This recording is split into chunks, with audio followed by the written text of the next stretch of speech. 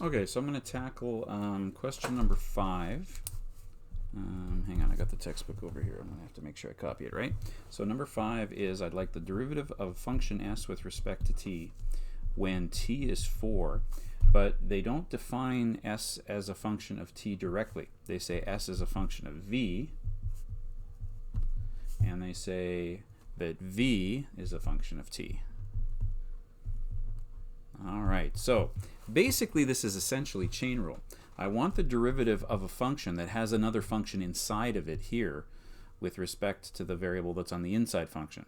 So what I actually want to do is I want the derivative of s with respect to t, so that I can figure out when t is 4, for the derivative of the outside function times the derivative of the inside function. And that essentially is chain rule. So since they've got them as two separate things, I'll actually calculate them separately and then put them together. So the first thing I'm going to do is I'm going to change these into forms that are more differentiable, let's say. So instead of 50 over v and having to deal with quotient law and all that, why don't I make that 50v to the negative 1? And for the v function, why don't we make that 3t minus t to the 1/2? There, those are more easily derivable, or differentiable, I should say. All right, so now let's find this guy. What is ds by dv? Actually, maybe before I do that, why don't I say, okay, well, wait a minute. Yeah, let's find ds by dv. So ds by dv is going to be so ds by dt to the t equals 4 is going to be, so let's find the derivative of s with respect to v. So the derivative of s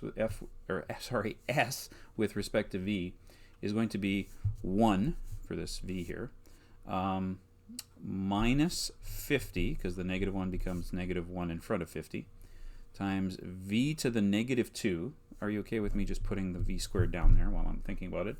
Times the derivative of, and I should probably put this in a bracket perhaps, times, I didn't mean to put my multiply sign inside the bracket, sorry, times the derivative of dv by dt. And why don't I just kind of multiply that through?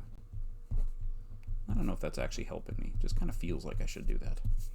So that's 1 times dv dt minus 50 over v squared times dv dt.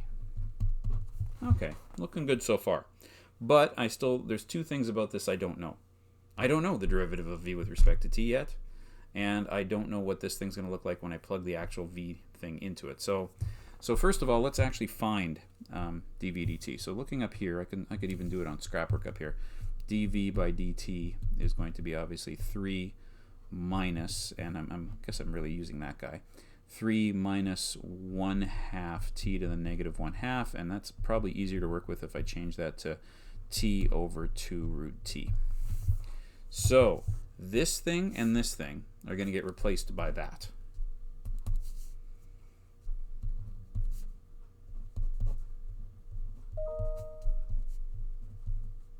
While I'm at it, why don't I replace v with what v is? Lots of people messaging me tonight. Oh, and I'm squaring it, so that's got to get squared.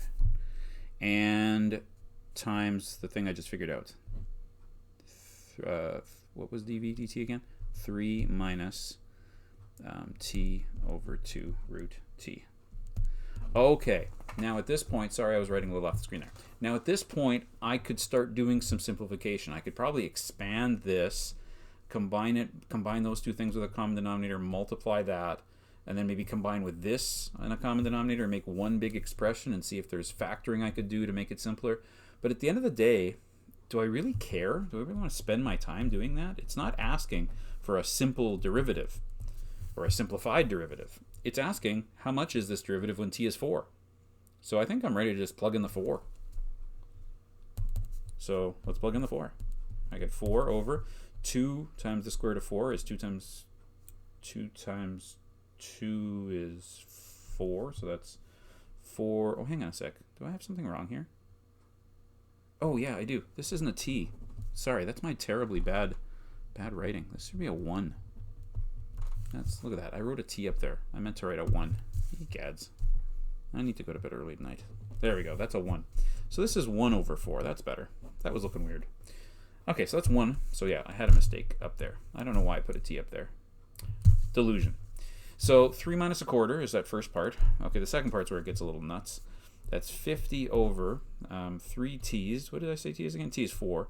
So that's 12 minus 2 squared times 3 minus, and again, this isn't a t, this is a 1. Egads.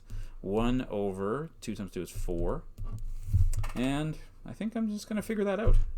So that's 3 minus a quarter minus, that's 50 over 10 squared, so 50 over 100, so that's a half, times 12 quarters minus 1 quarter is 11 quarters. So I have 3 minus a quarter, which I just did over there. That's 11 quarters. So I have 11 quarters minus 11 eighths, which is 22 eighths minus 11 eighths. And I'm going to check. I have an answer key here somewhere, but I think it's going to be 11 eighths, unless I goof something up. Let's have a look. Answer key. Yep, there it is.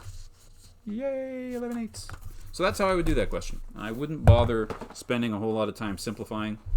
I would just get to something I can work with, which is basically this step here. Again, sorry about that weird t I wrote down instead of a 1. And then plugged in my t number. So that's how I do number 5.